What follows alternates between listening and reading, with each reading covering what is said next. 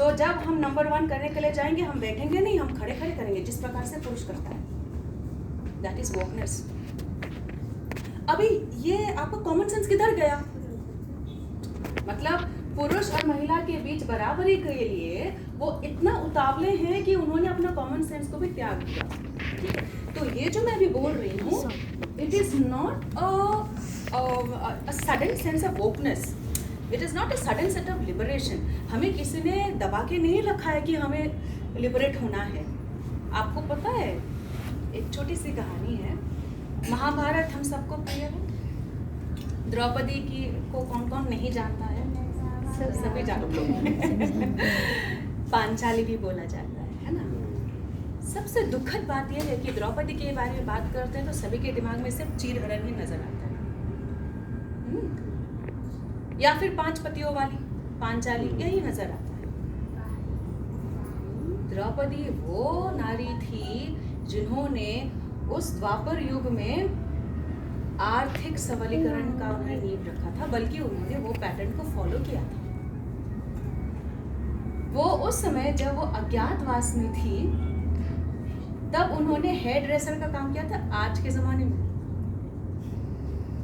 उन्होंने पार्लर चलाया था बकायदा, और वो उसके पैसे भी लेती थी, क्योंकि अज्ञातवास में एक तो उनको वेशभूषा बदलना होता है और उनका पेट भी पालना पड़ता है। इतने सारे बड़े बड़े परिवार लेके घूमना।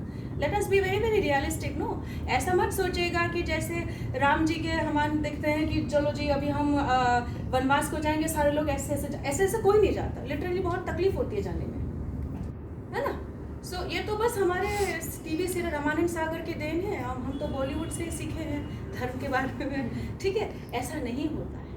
बहुत दुखद की बात है, बहुत वेदना में वो औरत अकेले उस समय पे एक पार्लर चलाती थी, और वो आज के ज़माने में पार्लर चलाती थी और वो हेयर ड्रेसर का काम करती थी।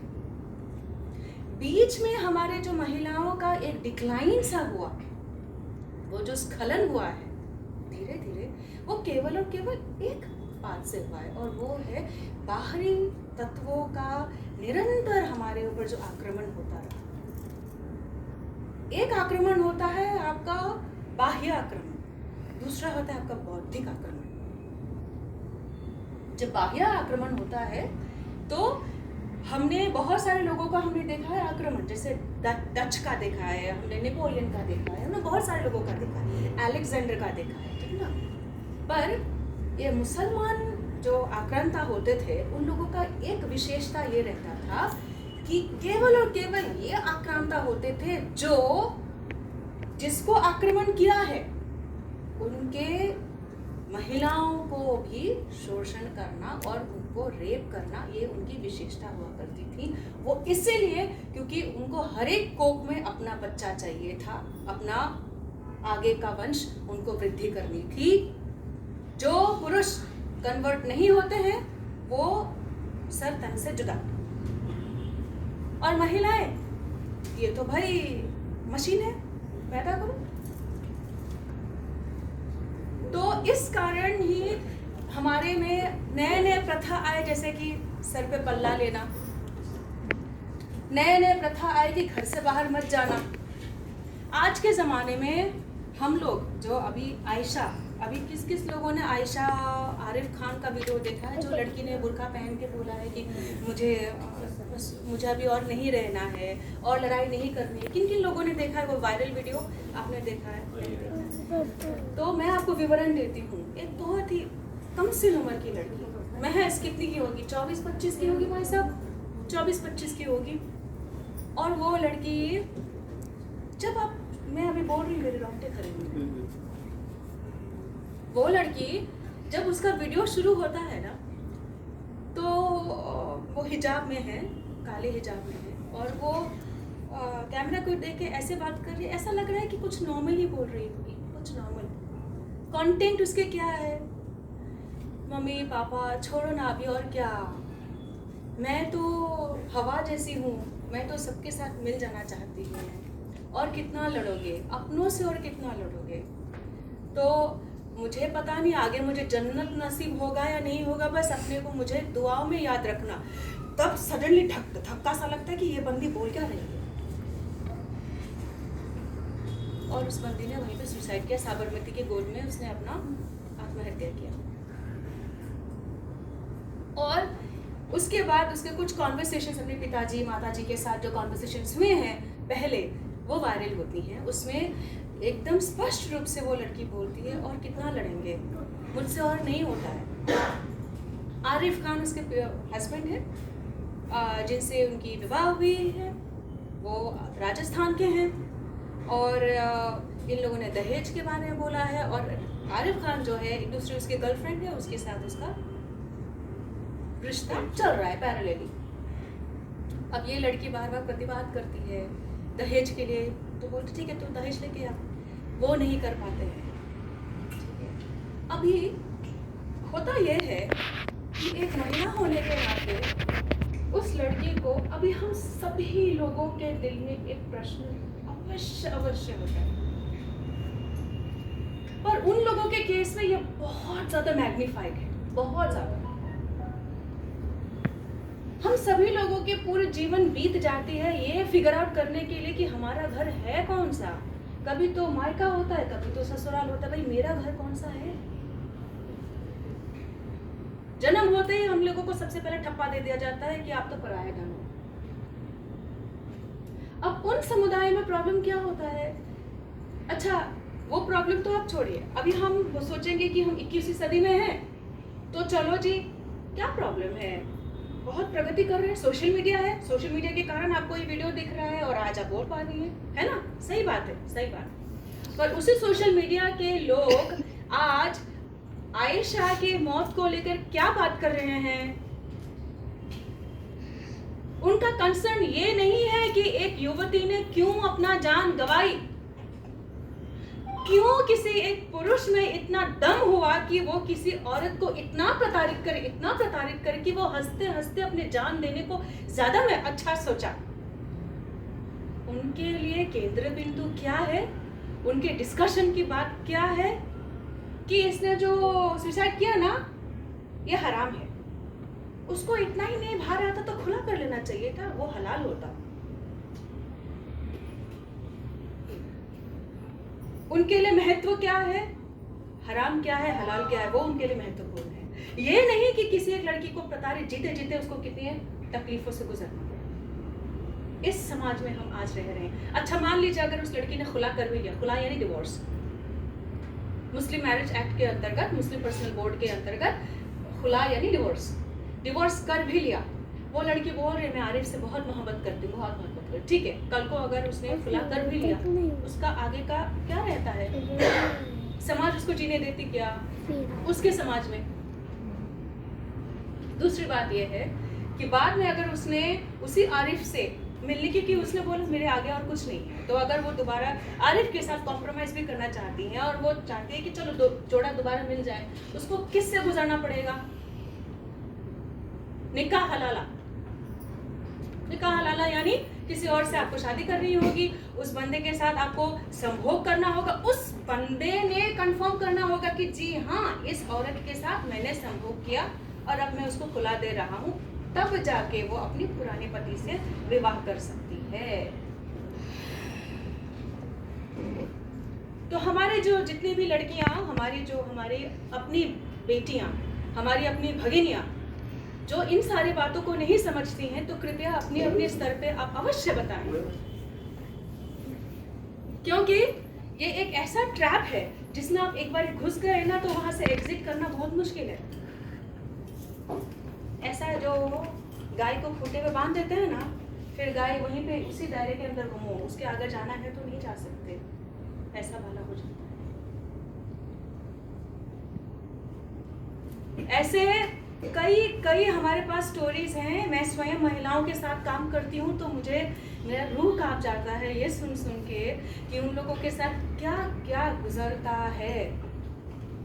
बूढ़े लोग सोचते हैं कि ये तो बूढ़ा आदमी हो, क्या ही कर लेगा, चलो ठीक है कोई दिक्कत नहीं है, निकाह हलाना कराना है ना, चलो ठीक है इसी से करा लेते। लेकिन बूढ़ा इतना बदमाश निकलता है कि वो जब तक उसका मन नहीं भरता तब तक बोलते नहीं संभव हुआ ही नहीं है। और वो लड़की, एक औरत, मुसलमान के उसी समुदाय के अंदर एक औरत का जो बयान होता है एक पुरुष के मुकाबले केवल आधा माना जाता है, उसका वेट हमेशा आधा, 50% वेट। यानी उस एक पुरुष के बनाम अगर इस महिला की बात को अगर सच साबित करनी है तो उसने 2 महिलाओं के साथ लेना पड़ेगा, तो उस एक पुरुष के बराबर उसकी बात मानी जाएगी। संभोग के समय कौन दूसरी महिला उसके सामने रहेगी?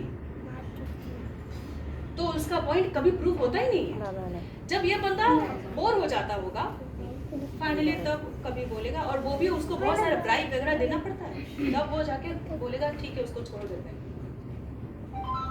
तब तक इसकी मानसिकता क्या होती होगी? इन द मीन टाइम अगर उसने प्रेगनेंसी उसको अगर कंसीव हो गया, फिर उस बच्चे का क्या होगा? आप समझ पा रहे हैं किस प्रकार सा एक वो षड्यंत्र है। ऐसे में उनका अनपढ़ होना, ऐसे में उनको टेंट के अंदर डालना, ऐसे में उनको बाहरी समाज के साथ कोई भी लेन देन, कोई भी आदान प्रदान न होना उनके प्रॉब्लम को इतना बड़ा बना देता है। उनको समझ ही नहीं आता किन से बात करें, किन से बात ना करें, क्या सही है क्या गलत है, उनको समझ ही नहीं आता, क्योंकि इतना ज्यादा उनको स्पून फीड किया जाता है। कुछ इसी प्रकार का हालत हमारा भी हो रहा है, क्योंकि हम सोचते हैं कि जी हमारे सामने वाले तो इस प्रकार से बोल रहे हैं, ये सारे काम हो रहे हैं, तो कहीं हमारे साथ भी बुरा हो रहा है क्या? आज मुझे कई बार इस प्रकार से मुझे बुलाया जाता है, ऐसे महिला सशक्तिकरण दिवस इस प्रकार से, है ना। सच पूछे तो मुझे इतनी खुशी नहीं होती है इस बात को। आपने कभी मेन डे सुना है? मेन डे सुना है? मिसाइल डे नहीं सुना। एनवायरनमेंट डे जरूर सुना होगा। क्यों एनवायरनमेंट डे क्यों मनाता है एनवायरनमेंट डे? क्यों एनवायरनमेंट के लिए क्यों मनाता है? क्योंकि हमें वो याद दिलाना चाहते हैं कि हमें केयर करनी है एनवायरनमेंट की। क्यों केयर करनी है? हम उसे बहुत यूज़ कर रहे हैं ना, मतलब ज़्यादा तरीके से बुरी तरह से खराब कर रहे हैं। और क्या हो रहा है? खराब कर रहे हैं तो क्या हो रहा है? एनीबॉडी? पॉल्यूशन फैल रही है। हाँ, पोल्यूशन फैल रही है, तो इसके कारण से पोल्यूशन फैल रही है, तो चलो हम उसका निराकरण करेंगे ना। पर हम एनवायरनमेंट डे हम क्यों मनाते हैं? पोल्यूशन को रोकने के लिए। Actually what you trying to say is, and मैं आपको एक थोड़ा सा इसमें आगे बढ़ा देती हूँ कड़ी को, क्योंकि वो चीज़ खत्म हो रही है, इसको बचाने हेतु एक जागरूकता फैलानी है, इसी कारण एनवायरनमेंट डे होता है। हमारी महिलाओं का भी कुछ ऐसा ही हालत है क्या? पूछना चाहिए। हमारी अस्मिता को रौंदा गया है क्या? जिस दिन हमें लगेगा कि वुमेन्स डे मनाने की कोई आवश्यकता नहीं रही, उसी दिन लिटरली वुमेन की लिबरेशन होगी और इमेंसिपेशन होगी। और ऐसा नहीं है कि हम नहीं कर सकते हैं। क्यों? क्योंकि हम उस धरती से आते हैं जहां जननी जन्मभूमिश्च स्वर्गादपि गरीयसी। इसको जननी बोला जाता है, इसको भारत माता बोला जाता है। आपने कभी किसी को मदरलैंड बोलते सुना है? मदरलैंड फादरलैंड है, फादरलैंड है। You'd be really surprised to see there is, I think it's Germany ही है शायद, जिसको फादरलैंड बोला जाता है। मदरलैंड नहीं है, लेकिन एकमात्र भारत ही है जहाँ यत्र नार्यन्ते पूज्यते। ये भी हमारे ही संस्कृति की देन है। जहाँ जहाँ नारी की पूजा होती है, वहाँ ही मानवता का कल्याण होता है। हम उस श्रेणी से आते हैं, हम उस धरोहर से आते हैं, हम उस संस्कृति से आते हैं। तो क्या ये अचीव करना रियली इतना इम्पॉसिबल है? क्या हम सच्चे में किसी ने बांध के रखा है? Do you know India is one of the countries where universal suffrage started right from the beginning. Universal suffrage यानी सारे लोग एक ही साथ वोट दे सकते हैं। इंग्लैंड को आई थिंक 50 से कितने साल लग गए यूनिवर्सल सफरेज के लिए। वहाँ पे महिलाओं को अलग से आंदोलन करना पड़ा कि जी हमारा भी बैलेट आप लीजिए, हमारा भी वोट काउंट का आप करिए, हम भी 50% हमारे जनता हैं, हमारी भी मत कुछ तो रखिए। हमारे यहाँ पे किसी को ऐसा आंदोलन करने की आवश्यकता पड़ी क्या? यूएस में आज भी प्रेसिडेंट नहीं है, फीमेल प्रेसिडेंट नहीं है यूएस में। वाइस प्रेसिडेंट है कमला हैरिस, उसके भी बहुत सारे तथ्य हैं, बहुत सारे, उसने बहुत सारे झोल चपाटे करके ही वो वाइस प्रेसिडेंट की कुर्सी को उसने हड़पा हुआ है। ठीक है, जो सच है वो सच है, वो महिला है तो उसकी गलत काम को तो हम सच नहीं बोलेंगे, सही नहीं बोलेंगे, ठीक ना। लेकिन हमारे राष्ट्र में अभी आप इंदिरा गांधी को देखिए, सरोजिनी नायडू को देखिए, मैं असम से आती हूँ, कनकलता को देखिए, मुला गाभोर को देखिए, हमारे ऐसे ऐसे वीर वीरांगना रहे हैं, लक्ष्मीबाई जी को देखिए, राष्ट्र सेविका समिति की लक्ष्मीबाई केलकर को देखिए, ये है हमारे डॉक्टर केशव हेडगेवार जी। जब लक्ष्मीबाई जी उनके पास गई कि जिस प्रकार से आप राष्ट्रीय स्वयंसेवक संघ का गठन किए हैं, उसी प्रकार से महिला का भी आप कुछ करिए। वो पुरुष ऐसे थे, उन्होंने बोला कि आप महिला के लिए करने क्यों, आप क्यों नहीं नेतृत्व लेती, आप कीजिए, हम आपको सपोर्ट करेंगे। वो चाहते तो बोलते हैं हाँ हम भी करेंगे, आप हमारे फॉलो करो, बोल सकते थे, और आसान भी था वो बोलना, अपने पौरुष को भी वो साबित करते। और वो इस मिट्टी के हैं। हमारी महिलाएं कभी भी किसी के नीचे कभी दबी नहीं है। हम कभी विमेन एम्पावरमेंट के बारे में बात ही नहीं करते हैं। हम क्या बात करते हैं? Humanity empowerment. हेलो। वीमेन का फ्रीडम हमें नहीं चाहिए, हमें महिलाओं का फ्रीडम लेके हम कहाँ नहीं, जाएंगे? मैं मीटिंग में हूँ, बाद में करते हैं। आज मैं हमेशा मेरे अगर कोई भी सत्र में, जैसे कि भाई साहब बैठे हैं, मैं चाहूंगी कि जितने भी मेल एम्प्लॉइज हैं वो भी इधर आए बैठे, क्योंकि जब तक एक पुरुष संस्कारित नहीं होता है, वो महिला कितने भी घर में धरना देते रहे, वो बोलेंगे पागल हो गई है ये। 8 ये वुमेन डे का सुन के आई है ना, 2-3 दिन रहेगा, लिटरली 2-3 दिन ही रहता है, उसके बाद वो खुश हो जाती है। अभी कितना भी बोलो, ये दीदी लोग जो हैं कार्यकर्ता हैं, आप लोग जब घर से निकली होगी, पूछा होगा घर वालों ने कहाँ जा रहे हो, हम इधर जा रहे हैं, ये कर रहे हैं, वो कर रहे हैं, 4 बजे मुझे जाना है, तो इससे पहले ये करना है। 10 लोगों को बोला होगा अपने घर में, 10 बार रिपीट किया होगा, देखो मैं इतने समय यहाँ पे जा रही हूँ, तो ये है। अभी घर जाओगे ना, कम से कम 5-7 मिनट ये लेक्चर चलेगा। मुझे पुरुषों पर इतना विश्वास नहीं है, वो जाएंगे और अपने फोन पे लगेंगे, चाय दो पानी दो बस, है ना। तो जो भी हम यहाँ पे चर्चा करते हैं, पुरुषों को मेरा स्पेशल ये गुहार है कि आप घर में जाएं और ये सारी बातें आप डिस्कस करें, क्योंकि जब तक आप अपनी महिला को आगे नहीं बढ़ाएंगी, वो भी एक कदम पीछे ही रहती है। वो एक वैलिडेशन के लिए वेट करती है कि कब मैं आगे बढ़ूं, मेरा साथ कोई तो दे। ऐसा नहीं है कि वो तेजस्वी है, ऐसा नहीं है कि उसमें सामर्थ्य नहीं है, आपकी माता जी में भी सामर्थ्य, तभी तो आपको जन्म दिया है ना। पर हमें आगे बढ़ना है, हमें वो करना है ताकि महिलाएं उसमें वो जो अस्मिता में